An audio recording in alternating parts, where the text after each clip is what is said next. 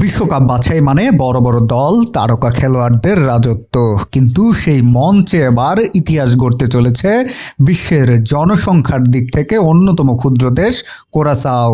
আর মাত্র 1 পয়েন্ট পেলেই তারা লিখে ফেলবে এক নতুন অধ্যায়।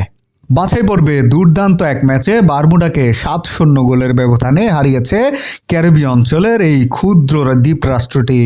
5 ম্যাচে 11 পয়েন্ট নিয়ে কনকাকাফ বাছাইয়ের বি গ্রুপের শীর্ষে এখন কুরাসাও।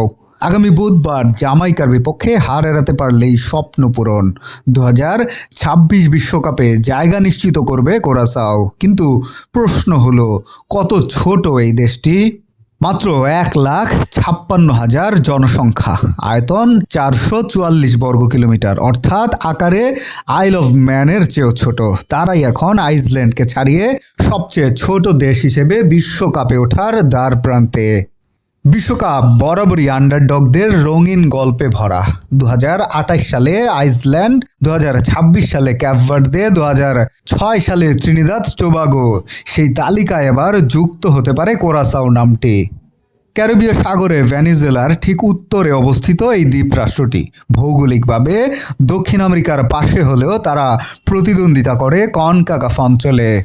কুরাসাও গঠিত দুটি দ্বীপ নিয়ে, মূলত কুরাসাও দ্বীপ ও জনবসতিহীন লিটল কুরাসাও।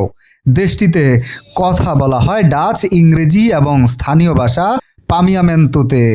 একটা ছোট্ট দেশ, কিন্তু স্বপ্ন বিশ্বকাপের মতোই বিশাল।